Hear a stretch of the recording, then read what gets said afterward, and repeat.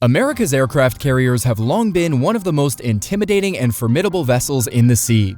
These floating cities have the power and capacity to withstand enemy sieges that last for months, defend against devastating attacks, and strike hundreds of targets each day. Unsurprisingly, these war machines were one of the Soviet Union's biggest worries during the Cold War. But no one expected the insanely expensive weapon systems the Soviets deployed to deal with the threat of US aircraft carriers to cause one of the worst submarine accidents in history. Welcome back. In this video, we're unpacking the real story of the Kursk submarine disaster of 2000. 2000 marked the first year of Vladimir Putin's presidency, and the new ruler of the Kremlin wanted to cement his power through harsh military actions. He immediately seized control of Chechnya and established a pro-Moscow government. But Putin had enemies further from home, too. The Western world was growing vocal in criticizing Russia's human rights record. NATO had recently launched a strike against Yugoslavia, leaving Putin worried about where the next attack might appear. To assert Russia's dominance, Putin ordered the first large-scale naval maneuvers in 10 years, a massive exercise of war games in the Barents Sea. Held in August 2000, these practice runs were dubbed the Summer X exercises. The star of the show was Russia's K-141 Kursk. The massive nuclear submarine represented the highest achievement of Soviet nuclear technology. Kursk and its fellow Oscar-class subs were explicitly built to hunt and defeat an entire US aircraft carrier group.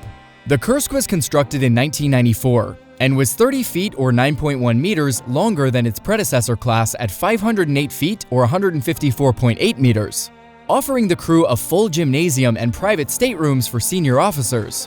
More importantly, it carried up to 8 Type 65 torpedoes with a warhead powerful enough to sink an aircraft carrier. Kursk was designed to remain submerged for up to 120 days and was reinforced to break through Arctic ice. In addition to the 65 torpedoes, Kursk could carry 24 cruise missiles with a range of 340 miles or 550 kilometers, capable of supersonic flight and designed to swarm enemy vessels. The missiles could carry conventional high-explosive warheads, or a 500-kiloton one that could easily vaporize an aircraft carrier. The Kursk's hull was made of high-nickel, high-chromium stainless steel with a weak magnetic signature, making it difficult to detect. This beast of a submarine was powered by 2 OK-650 nuclear reactors that provided 97,990 shipboard horsepower and a top speed of 33 knots underwater. Like another doomed vessel, the Kursk was dubbed unsinkable. On August 12th, the Kursk participated in the X Games, the Summer X exercises, along with aircraft carrier Admiral Kuznetsov and battlecruiser Pyotr Velikity. The plan was for the fully armed Kursk to simulate an attack on the Kuznetsov using dummy torpedoes. But at 11:29 a.m., right after the Kursk's crew had loaded the torpedo tube, a shockwave rippled through the exercise area. Then, just about 2 minutes later, a second, even stronger one followed. A nearby seismic detector recorded the events at a 1.5 Richter scale and a 4.5 Richter scale. The crew of nearby vessels noticed the disturbance but assumed it was part of the exercises and carried on with their training, while all the other vessels surfaced following the event. The Kursk never did. Fleet Commander Popov was slow to allow his concern to grow into legitimate fear, since failures in communication equipment were common. Several aircraft were dispatched to do an initial search, but it wasn't until 6 hours after the explosions, when the Kursk failed to complete a scheduled check, that the Northern Fleet realized something might be terribly wrong. At 6:30 p.m., Admiral Popov began a search and rescue operation, dispatching more aircraft to locate the Kursk. At 10:30 p.m., Popov declared a state of emergency, and the vessels and sailors of the Northern Fleet began searching for the submarine. An hour later, Popov notified the Kremlin of the missing submarine. But Putin, who was on vacation in Sochi, didn't seem to understand the gravity of the situation since he continued his holiday. The following day, despite Admiral Popov telling reporters that the exercises had been a success, the US and Norway had figured out that there was trouble near the Arctic Circle. They offered their assistance, as did many other European countries, but their help was turned away in a show of vanity or fear of revealing the Oscar-class tech. It took the Russian Navy 2 days to locate the Kursk, and poor planning and bad weather kept the Navy from attaching the escape trunk. They halted rescue efforts to regroup, as Russian media falsely reported that the Kursk had suffered from minor technical difficulties and descended to the ocean floor. They also said that the Navy was in contact with the crew and supplying them with oxygen. Amid intense questioning from the missing crew's families, the Russian Navy spent several days on repeated attempts to latch onto an escape hatch, with no success. Finally, on August 17th, 5 days after the initial accident, Russia accepted foreign help from British and Norwegian divers. The international team had to cut holes in the hull to access the sub's interior, and compartment by compartment, they were met with nothing but death. All 118 crew aboard the Kursk had been killed. The cause of the Kursk disaster would remain a source of conspiracy theories for decades. The Kremlin's explanations were suspicious at best. After all, they loudly claimed they had found everyone alive and accepted foreign help immediately. Putin claimed the oligarchs and the media they controlled were at fault for the disaster. Officers in the Russian Navy claimed everything from an old World War II mine to friendly fire. But the most likely explanation for the explosion was pieced together by international torpedo experts and seismologists, with the help of documents detailing an eerily similar accident off the coast of England. If their theory is correct, it's no wonder the Kremlin didn't want to fess up. It's pretty embarrassing. Putin claimed the Kursk carried the most advanced weapons ever seen, torpedoes capable of vaporizing massive aircraft carriers. But in reality, the sub likely had old-fashioned, cheap, and unstable torpedoes, specifically high-test peroxide. HTP was considered extremely dangerous for use in torpedoes, and most navies had stopped using it years before.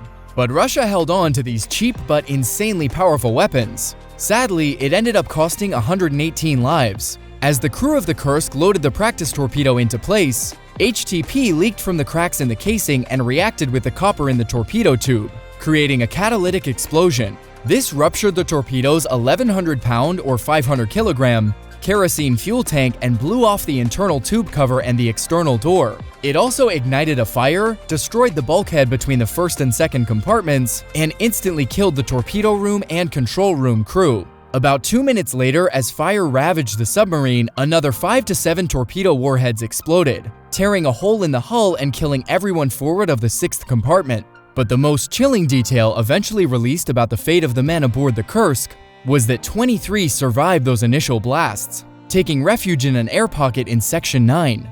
Captain Lieutenant Dmitry Kolesnikov jotted a note an hour and 45 minutes after the explosion, recording that all survivors had decided to stay put instead of using the escape hatch, fearing decompression sickness.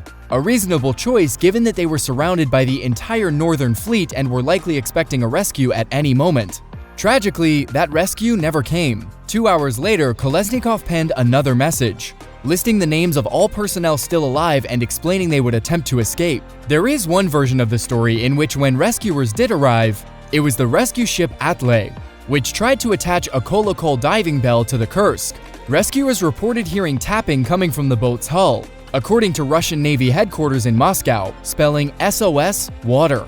This version of the story was later discredited due to the fact that the submarine has a double hull and was too thick for the noise to get through to the other side. Other reports said the sounds had been misinterpreted or were made up, and that rescue divers did not attempt to tap on the hull to signal potential survivors acoustically. Nevertheless, video evidence seems to indicate otherwise, because it shows Norwegian divers tapping on the aft rescue hatch while the rescue portion of the operation was still going on. After Compartment 9 was salvaged, it was discovered that the survivors had a supply of potassium superoxide chemical cartridges, which could be used to absorb carbon dioxide and release oxygen. But the 23 bodies reclaimed from the sea floor also bore signs of chemical burns, leading experts to believe one of the cartridges was likely dropped, ignited when it hit the oily water, and caused a flash fire that killed the survivors. After repeated embarrassing encounters with victims' families, Putin committed to raising the wreck of the Kursk and recovering the crew's remains in a $65 million salvage operation. Citing concerns about the possibility of remaining warheads, the salvage team detached the bow from the rest of the vessel and raised the hull. The remainder of the sub was destroyed where it lay in 2002. The remains of 115 sailors were recovered from the hull of the Kursk, the 3 torpedo room men having been vaporized instantly. 14 months after they lost their lives in a horrific preventable disaster, the crew of the Kursk was home to be laid to rest. The Kursk disaster was a major blow to Putin's show of military power. The Russian Navy ordered all of its HTP torpedoes removed from service, and Admiral Popov was transferred to another role.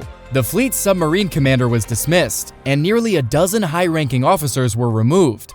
However, Putin claimed this decision had nothing to do with the Kursk. The sail of the Kursk was rescued from a scrapyard and turned into a memorial in Murmansk, the submarine's home port. And in 2012, divers representing the relatives of the Kursk's crew and the Northern Fleet Command placed an Orthodox cross on the floor of the Barents Sea to mark the crew's first watery tomb.